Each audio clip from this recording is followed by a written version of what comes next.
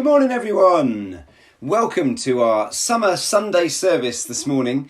My name's Jonny, and I'm going to be hosting this morning's online meeting. Now, this service is particularly for those from Churchcentral South. We would normally meet at King Edward's Girls' School in Edgbaston, but for one reason or another, over the summer, we are unable to do that. And so we are meeting in homes across the city, watching videos like this, or just getting together, eating some food, gathering together, spending good time with each other, but also focusing on Jesus, who we are defined by, who we serve, and that's what makes us who we are as a church, I guess. So if you're part of the church, I imagine you'll know the drill by now. If not, brilliant to have you linking in. And as the service goes on, we'll give some information maybe how you can find out a bit more about the church. Well, the plan today, you don't want to see lots of me, there's lots of other things to do, but I will tell you the plan. The plan will be that we're going to sing a song of worship in a moment. There'll be spaces in the video given for you to press pause and to be able to contemplate, reflect, discuss, all of that sort of stuff. And Rich is going to continue our series of talks on who are we, with different metaphors describing who we are as Christians, so we can understand a little bit more what it means to follow Jesus. Before we get going though, just want to kind of focus our minds really. I know it's a bit odd doing church in a house, seeing a face on a screen, even as we're going to do in a minute, have a song sung from the screen that we sing along to. But I want us to remember this, that the Bible describes Jesus as the one from whom and through whom and to whom are all things. Everything came from him, everything is going towards him. It also says that in him, in Jesus, all things hold together. So there's this idea throughout Scripture that Jesus is in all things, and yes, things aren't as they're meant to be. He's restoring them to the future, and he's very much involved. And so you don't need a setting in a certain style with the chairs in certain rows and the songs sung in certain ways for Jesus to turn up. No, he comes where his people are. It says in the Bible that where 2 or 3 are gathered in his name, he's there with them. And I very much believe that, even if you're on your own today, actually, that Jesus can be with you. He draws close to you as we draw close to him. And so whether you like singing or not, whether you find this slightly unusual and awkward, whether you've been in one of these gatherings or seen one of these videos before or not, I'd really encourage you to press in, because the God who made everything and to whom everything is going towards is available to you this morning. Please don't waste this opportunity to meet with him. So, for those who'd like to, let's sing together.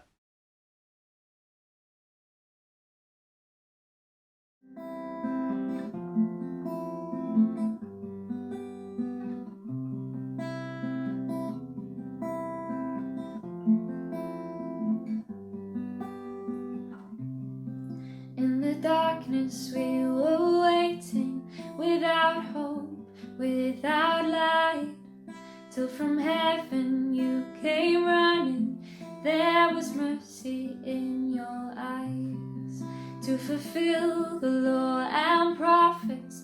To a virgin came the word, from the throne of endless glory to a cradle in the dirt. Praise the Father, praise the Son, praise the Spirit, 3 in 1. God of glory, majesty,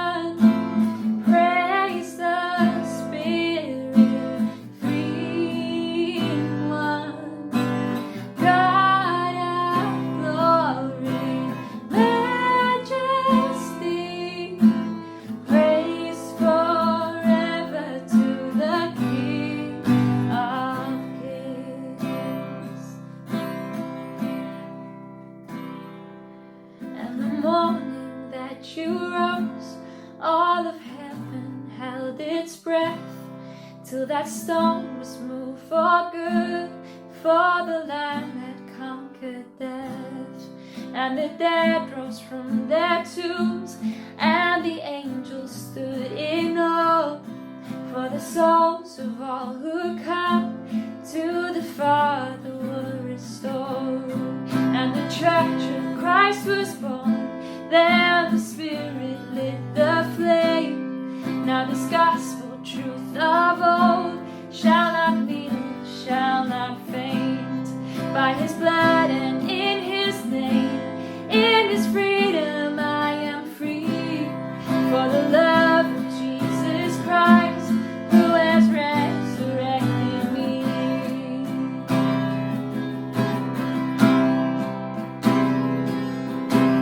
Praise the Father, praise the Son, praise the Spirit, three in one. God of glory, majesty, praise forever to the King of Kings. Praise the Father, praise the Son, praise the Spirit, three in one. God of glory, majesty, praise forever to the King of Kings. Praise forever to the King of Kings.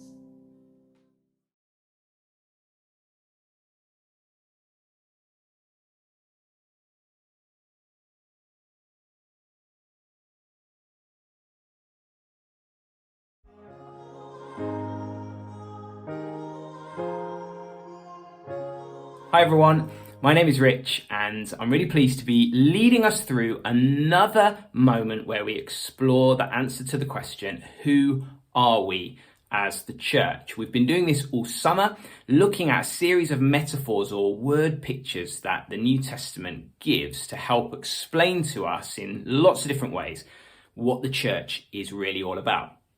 And so far this summer we have seen that we are salt, we are light, we are yeast, we are a body, we are foreigners, and today's metaphor is that we are an army.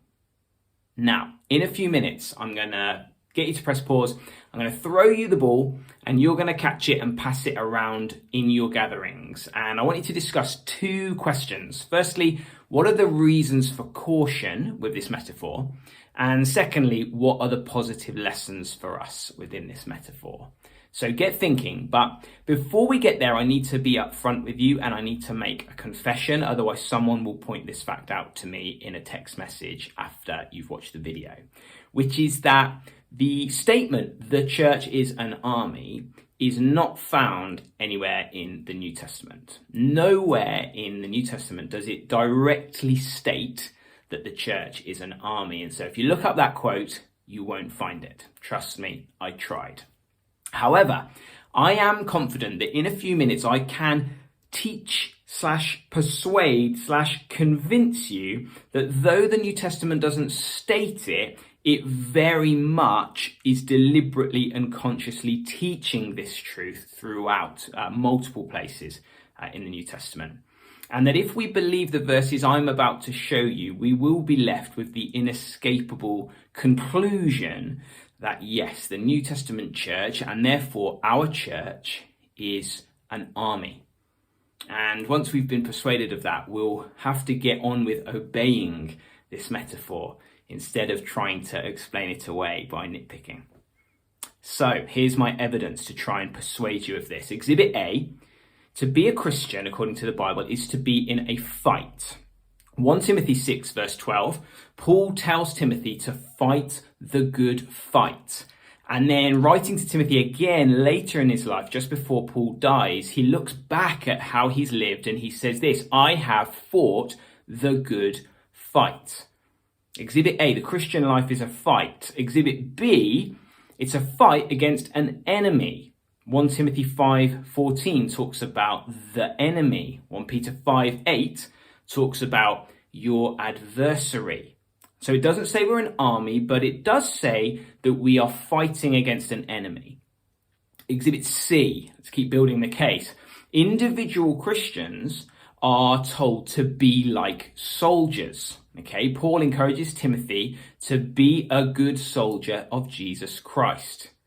And you say, well, that's fine for us as individuals, but it still never uses the kind of collective idea of an army, which is true, except in Exhibit D, also known as Philippians 2:25, where Paul calls a friend of his from another city who also follows Jesus. His name's Epaphroditus, and he calls him his fellow soldier. So the idea is that he's a soldier, but that he has fellow soldiers working together. So it doesn't say we're an army, but it says we're in a fight with an enemy as soldiers alongside fellow soldiers. 2 more bits of evidence. Exhibit E, we are advancing on a mission. Famously in Matthew 16 verse 18, Jesus says of his church, the gates of hell shall not prevail against it. And I've always incorrectly pictured this as the church trying its best to survive, but hell is throwing everything at the church and trying to overpower it and destroy it. But that isn't what that verse says. It's just the wrong way round image to understand it like that. No, the verse says that the gates of hell, think about gates. Gates are big, defensive, static, stationary structures. And it says that the gates of hell will not prevail, will not stand against the church. It's the church that is advancing, that is seeking to overwhelm and throw everything at the powers of hell. And Jesus promises that he will build his church and that the church will triumph and win and will accomplish that advancing mission. Lastly, Exhibit F, we know that we are to put on armour as the people of God. To the Ephesian church, a passage that we'll return to in the autumn when we're back at King Ed's, Paul commands the church to collectively put on their collective armour, their helmet, their breastplate, their belt, their shoes, to pick up their shield and their sword. And so putting all of this together, the New Testament doesn't have a direct quote that says that we're an army, but it absolutely teaches this all the way through. And if you don't like the word army, for many reasons that I could understand, then you can call this talk not we are an army, but we are armor-wearing soldiers fighting as we advance on a mission against the enemy. Okay? It's not as snappy, but permission granted. Now, I've got more to say, and I want to draw out 3 particular implications of this metaphor for us. But for now, I want you to pause, breathe, and chat about it. Those 2 questions will come up on the screen. Press play when you're ready to carry on.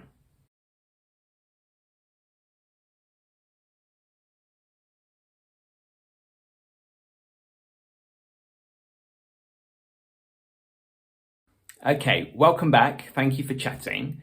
I'm sure that you've drawn out a few reasons why we just need to be a little careful with the language of church is an army. And the big one for me that I just want to be super clear about is that we are not fighting against people, okay? When it comes to human beings who don't like us or don't agree with us or refuse to worship the same God as us, and even who give us a phenomenally hard time, even who threaten us, even who torture us, even who try and kill us, the model of the New Testament is we don't fight those people. Let me show you a few verses that might help you believe that that's what the Bible teaches, but also help you to be equipped if someone ever challenges you on that point, perhaps in the workplace or at school. Here are a few prompts that you can call to mind to help you explain that the Christian battle imagery is not about fighting other people. Think of the Sermon on the Mount, Jesus' famous phrase, love your enemies and pray for those who persecute you. Think of Jesus' own example. He's about to be arrested and killed unjustly, and Peter gets out his knife to slash the ear off the person who's arresting Jesus. And Peter is told off by Jesus. He's rebuked by Jesus, and Jesus says, "Put away your sword." And then think about Jesus dying on the cross, and he's got a chance to shout and rage against those killing him, and he instead prays for them. He says, "Father, forgive them, for they don't know what they're doing." And Paul really clearly states in Ephesians that we're not fighting against flesh and blood. Our fight is not against flesh and blood, other people. And so we're an army, but we're not an army that's against other people. And while I think it's definitely possible for followers of Jesus to have different viewpoints about the role of, say, the armed forces of a nation state, or the police, or others who are using force on behalf of the state, I think there's a whole range of opinions you can have on that. And just to say, I have in the last 5 years been entrenched deeply in the clearly right view on that, then have moved drastically to the opposite view and been very confident about that. And most recently have come back to this position, and I'm pretty confident that that's right. But when I read something new, maybe I'll jump again. And so there are lots of different opinions on that, and it's a really complicated issue. Hopefully I'm modelling that you can have different views, even within your own self. But there is something that we need to be completely clear on before I unpack the force of this metaphor. And that's that when it comes to advancing our faith in Jesus and our beliefs about Jesus, there is absolutely never any justification for doing that violently. That is not something that we are free to disagree about. And so when someone argues against your faith in Jesus by calling to mind the Crusades or the atrocities done around the world in the name of the Christian gospel, or the ugliness of Christian cross-carrying nationalists storming the US Capitol in the name of Jesus, we shouldn't feel that we've got to defend that stuff. We should accept that that stuff is anti-Jesus and anti-Christian, and we should lament the ugliness of that alongside those who are critiquing the faith because of it. Okay, caution is required, but all that being said, we urgently do need to embrace this aspect of who we are as the church, and we need to hear the call to rise up and to fight the good fight together as an army of Jesus Christ. I want to draw out 3 positive lessons for us from this metaphor before we're done. Firstly, the church should expect hardship. My mum-in-law says that life is all about expectations, and my mum-in-law Diane is never wrong. In most of life, she says, it's not so much that the difficulties themselves push us to overwhelm, but rather that it's when our expectations were that things were going to be easy, simple, brilliant, beautiful, glorious, etc., and then reality hits, that's the crushing and paralyzing feeling that we experience. It's about expectations. And that's why saying that following Jesus will be easy and fully heartwarming all the time is a total lie. It's actually really cruel to tell people, because when the normal Christian life of days and weeks of walking forward in our faith, but not everything is exciting or easy, happens, we can feel really unsettled or feel like we're doing it wrong. And we need to hear as the church that following Jesus together is going to be hard. It is hard. It was always hard. It was always going to be hard, and it's going to stay really hard, and it's going to never not be hard until Jesus returns and the battle is over, and it will never be hard ever again. But for now, it's really hard.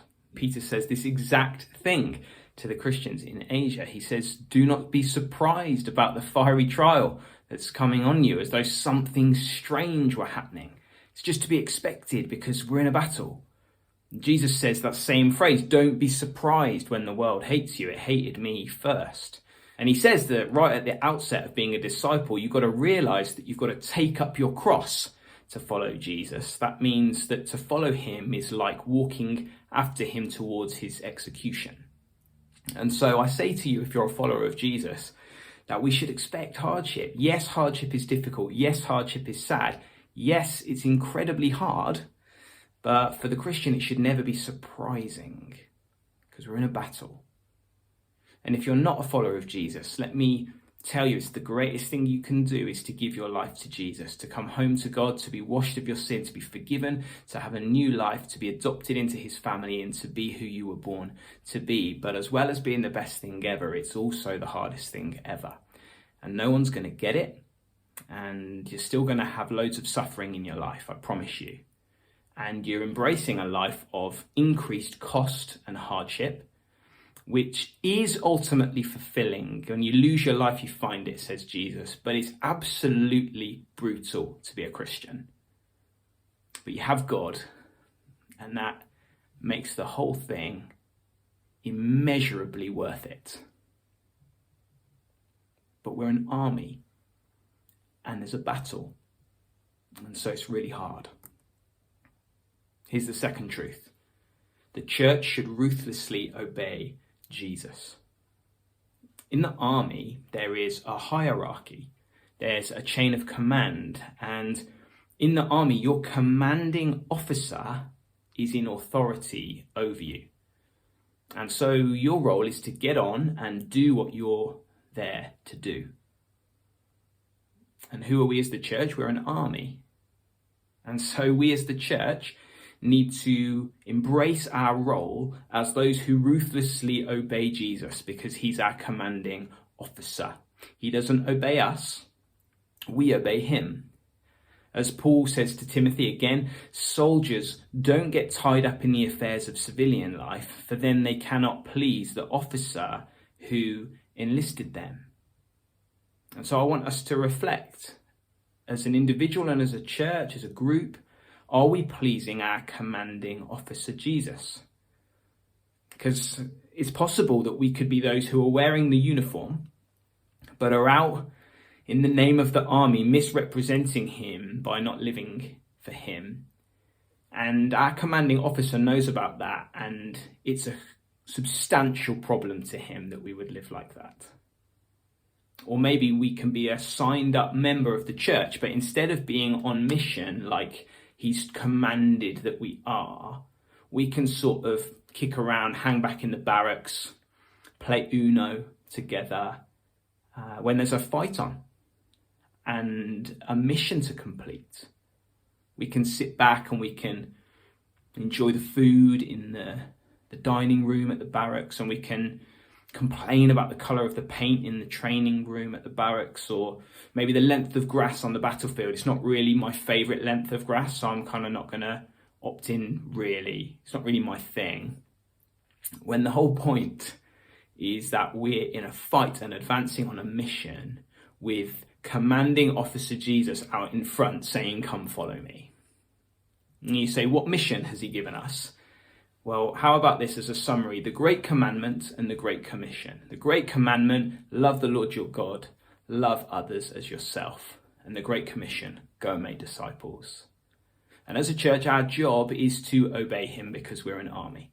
And so we get on with obeying our commanding officer. Lastly, the church is a family, but it's not only a family. Most errors I've come to see in the Christian life and in my own Christian life and in church history are not because we've made up some random new idea that no one's ever heard of. Rather, it's when we actually try and faithfully hold on to one bit of Scripture's teaching, but we so hone in on it that we ignore other aspects of the Bible's teaching that need to be held in tension with it. And so I think that when it comes to the church, one massive area that needs to be constantly recaptured and addressed and taught into and lived out is that the church is family. Okay, the idea of us not being an institution or a building or an event, but actually of a loving community. And that the measure of a church is not how many Bible studies it does about loving one another, but whether it loves one another. and not how many sermons it listens to and how long they are about putting one another's needs before your own, but actually how we get on in doing that. And not knowing theologically that it's accurate to bear one another's burdens and care for one another like we're family, but actually to bear one another's burdens and care for one another like we're family, because we're a family. But that's where we need to hold all of the images of the Bible together, because what happens if you only focus on the church as family, then you forget that we're meant to be a family on a mission. And you forget that we're soldiers, that we're about something, that we're called to do something, not just be something, that we're called to make disciples.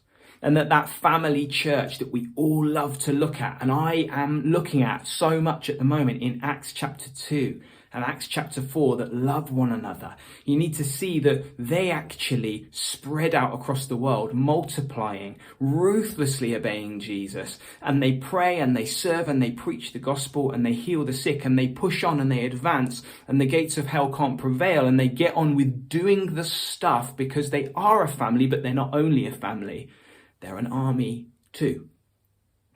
And it's an error to only focus on one of those. It's also an error to only focus on army and to forget that as we do the stuff, we're meant to love one another. Both are errors.